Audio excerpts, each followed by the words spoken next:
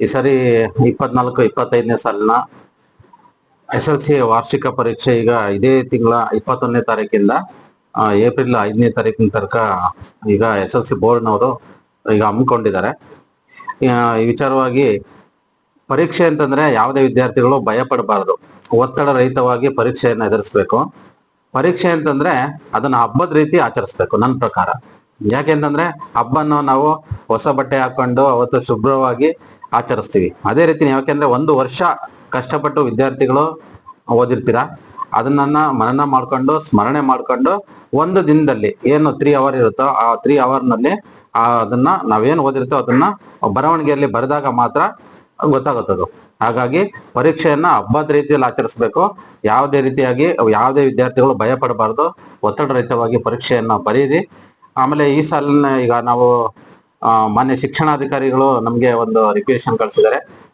ಟೌನ್ನಲ್ಲಿ ಶಿರಾ ಟೌನ್ನಲ್ಲಿ ಸುಮಾರು ಒಂದು 4 ಕಡೆ ಸೆಂಟರ್ಗಳನ್ನ ಮಾಡಿದ್ದೀವಿ ನಾವು, ಮಾಡಿದ್ದಾರೆ ಅವರು.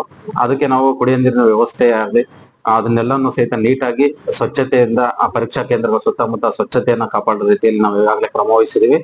ಆಮೇಲೆ ಜೊತೆಗೆ ಇನ್ನೊಂದು ವಿಚಾರ ಅಂದ್ರೆ ಈ ಸರಿ ಜೆರಾಕ್ಸ್ ಸೆಂಟರ್ 100 ಮೀಟರ್ಸ್ ಪಕ್ಕದಲ್ಲಿ ಯಾವುದೇ ಜೆರಾಕ್ಸ್ ಸೆಂಟರ್ನ ತೆರಿಬಾರ್ದು ಅಂತೇಳಿ ಕಟ್ಟುನಿಟ್ಟಾಗಿ ನಾವು ಸೂಚನೆಯನ್ನ ಕೊಟ್ಟಿದ್ದೀವಿ. ಈಗ ಯಾಕೆಂತಂದ್ರೆ ಅಕ್ರಮಗಳು ನಡೀತಕ್ಕಂಥದ್ದು ಕಂಡು ಬಂದಿದೆ. ಹಂಗಾಗಿ ಮಾನ್ಯ ಸರ್ಕಾರದ ನಿರ್ದೇಶನದಂತೆ ಯಾರು ಸಹಿತ ಆತರ ಚಟುವಟಿಕೆಗಳಲ್ಲಿ ಭಾಗವಹಿಸಬಾರ್ದು. ಯಾವುದೇ ಜೆರಾಕ್ಸ್ ಸೆಂಟರ್ಗಳನ್ನ ಪರೀಕ್ಷೆ ಅವಧಿ ಮುಗಿಯೋವರೆಗೆ ತೆರೆಯುವಾಗಿಲ್ಲ. ಹಾಗೆ ಎಲ್ಲಾ ಮಕ್ಕಳು ಸಹಿತ ಅಭಿನಂದನೆಗಳನ್ನ ನಾನು ಪರೀಕ್ಷಾ ದೃಷ್ಟಿಯಿಂದ ಅಭಿನಂದನೆಗಳನ್ನ ಹೇಳಲಿಕ್ಕೆ ಬಯಸ್ತೀನಿ.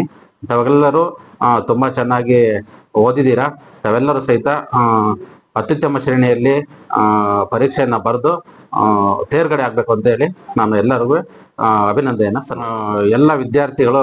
ಕೆಲವೊಬ್ರು ಈಗ ಮೊನ್ನೆ ನಾವು ಟಿವಿ ಮಾಧ್ಯಮದಲ್ಲಿ ಮತ್ತೆ ಪತ್ರಿಕೆಯಲ್ಲಿ ಓದ್ತಾ ಇದ್ವಿ. ಯಾಕೆಂತಂದ್ರೆ ನಾಳೆ ಎಕ್ಸಾಮ್ ಅಂತಂದ್ರೆ ಭಯ ಪಡ್ತಕ್ಕಂಥದ್ದು ಜಾಸ್ತಿ ಆಗಿದೆ. ಯಾವ್ದು ಸಹಿತ ಭಯ ಪಡಬಾರ್ದು. ಪರೀಕ್ಷೆಯನ್ನ ಈಗ ನಾವು ಈಗಾಗಲೇ ಹೇಳ್ದಂಗೆ ಹಬ್ಬದ ರೀತಿಯನ್ನ ಆಚರಿಸಿ, ಆಮೇಲೆ ಜೊತೆಗೆ SLC ಒಂದು ಟರ್ನಿಂಗ್ ಪಾಯಿಂಟ್, ಜೀವನದ ಟರ್ನಿಂಗ್ ಪಾಯಿಂಟ್. ನೆಕ್ಸ್ಟ್ ತಾವು PUC ವಿದ್ಯಾಭ್ಯಾಸವನ್ನ ಮಾಡ್ಲಿಕ್ಕೆ ಹೋಗ್ತೀರಾ. PUC ಯಲ್ಲಿ ತೇರ್ಗಡೆಯಾಗಿ ವೃತ್ತಿ ಶಿಕ್ಷಣ ಕೋರ್ಸ್ಗಳಿಗೆ ಮತ್ತೆ ಇತರೆ ಕೋರ್ಸ್ಗಳಿಗೆ ತಾವು ಹೋಗ್ತೀರಾ. ಇಂಜಿನಿಯರಿಂಗ್ ಹೋಗ್ಬೋದು, MBBS ಓದ್ಬೋದು. ಹಾಗಾಗಿ ಒಂದು SLC ಅಂತಕ್ಕಂಥದ್ದು ಒಂದು ಟರ್ನಿಂಗ್ ಪಾಯಿಂಟ್. ಯಾರು ಅನುತ್ತೀರ್ಣರಾದ್ರೂ ಸಹಿತ ಯಾರು ಎದೆಗುಂದಬಾರ್ದು. ಅಥವಾ ಕೆಲವೊಂದ್ ಕಡೆ ಆತ್ಮಹತ್ಯೆ ಮಾಡ್ಕಂತಕ್ಕಂಥ ಪ್ರವೃತ್ತಿ ಮಕ್ಕಳಲ್ಲಿ ಜಾಸ್ತಿ ಆಗ್ತಾ ಇದೆ. ಹಂಗಾಗಿ ಯಾರು ಪೋಷಕರು ಸಹಿತ ಅವರಿಗೆ ಮಕ್ಕಳಿಗೆ ಹುರಿದುಂಬಿಸ್ಬೇಕು. ಯಾರು ಸಹಿತ ಪರೀಕ್ಷಾ ಭಯವನ್ನ ಬಿಡಬೇಕು, ಯಾರು ಆತ್ಮಹತ್ಯೆ ಮಾಡ್ಕೋಬಾರ್ದು ಅನುತ್ತೀರ್ಣರಾದ್ರೂ ಸಹಿತ.